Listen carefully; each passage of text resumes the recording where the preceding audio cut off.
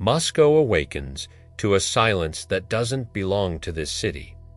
A strange, silent stance, heavy as if the entire capital is holding its breath. Then, at 6:12 in the morning, the sirens begin to howl. This isn't a drill. It isn't a routine alert. It is the unmistakable signal that the war, distant for months, has finally reached the gates of the Soviet capital. Un appartement, window by one as if swing, these faster than the sun. The streets fill with people trying to understand what is happening. Some wear hastily thrown-on coats, others clutch small suitcases with only the essentials. Within minutes, Moscow shifts from metropolis to evacuation zone. Loudspeakers mounted on poles since the days of military parades. Release urgent instructions. Families with children must proceed to designated assembly points. Essential industries will begin immediate relocation to the east.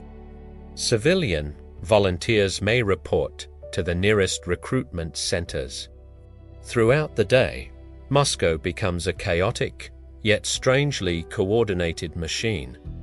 Endless trains leave Yaroslavsky and Kazansky stations.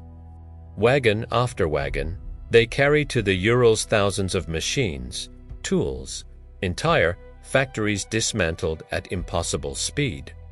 Every screw, every gear, every piston is tagged, numbered, and loaded with a clear purpose: to be rebuilt far from danger and keep the war effort alive. Military trucks roll through the avenues, escorted by motorcycles carrying classified documents. Government archives, medical supplies, and tons of equipment.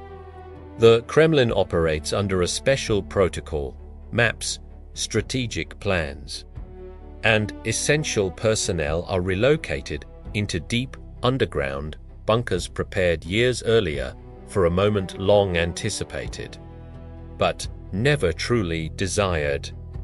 Wooden barricades rise across bridges. Observation posts appear on rooftops. Parks become strips of emergency farmland and networks of trenches.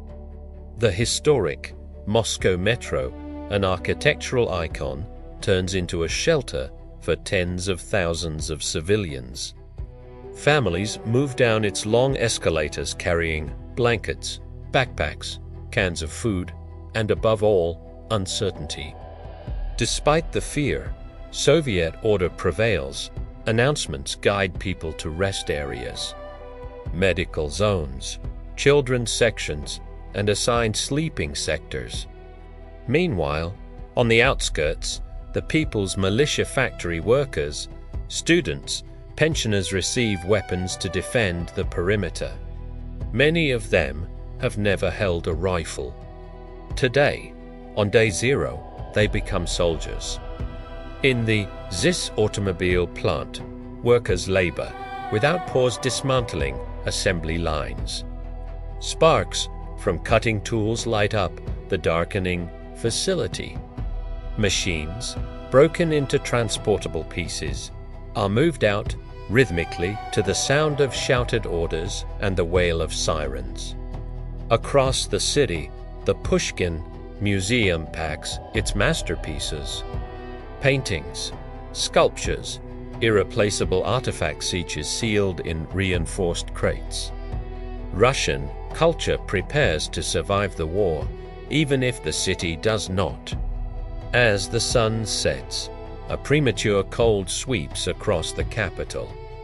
The Supreme Soviet declares total defensive readiness. Radio sends broadcast for calm message will not. Victory will be ours. Yet the streets feel different-weighted with fear, duty, and a strange form of hope.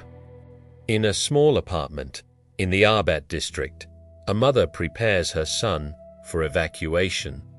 She helps him into a coat far too big for him and hands him a notebook.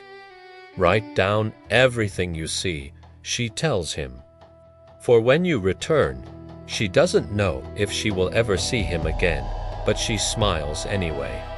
In red square vonosilium, cameras capture trembling hands, frozen by the cold, working to fortify a symbol rather than simply protect a building.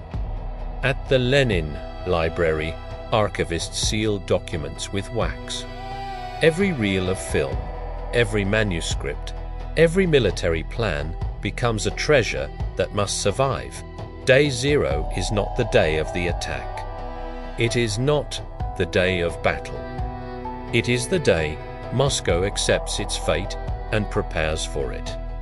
It is the day the city stops being a home and becomes a fortress.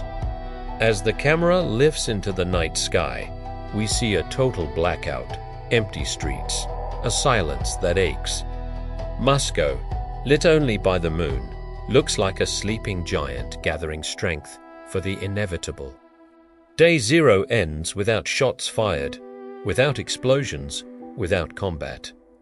But its impact is deeper than any battle, because it marks the moment when the city, and with it, the entire Soviet Union, stops being a spectator and becomes a protagonist. And so, before the first bullet was even fired, Moscow was already prepared. This was day zero, the day the resistance truly began. Yet day zero was more than just preparation. It was a declaration, a quiet promise whispered through subway tunnels. Factory floors, frozen streets, and dimly lit apartments, Moscow will endure. Across the city, people who had never met shared the same purpose. Strangers became guardians. Workers became engineers of survival. Children became witnesses to a chapter that would shape generations. And the city itself vast, scarred, unyielding stood ready to face the storm. For on that day, Moscow didn't simply prepare for invasion. It prepared to make history. And as darkness settled over the Soviet capital, something else took root: resolve. A resolve forged not by speeches, but by shared hardship, by the sound of shovels carving trenches in frozen ground, by the rumble of trains heading east, carrying the heartbeat of industry, by the nervous quiet of families sheltering beneath marble stations, by the determination of volunteers standing guard over their neighborhoods, by the knowledge that the coming days would test them beyond imagination. In the end, day zero was not remembered for fear, but for unity. A moment when millions moved as one, driven by duty and survival. A day when Moscow stood, not as a city of stone and steel, but as a spirit that would not break. A spirit that would outlast the winter, the siege, the war itself. A spirit that would echo through history as the first line of defense and the first spark of victory. Thanks for watching. If you want to explore more pivotal moments in history, be sure to like, subscribe, and keep history alive. We'll see you in the next one.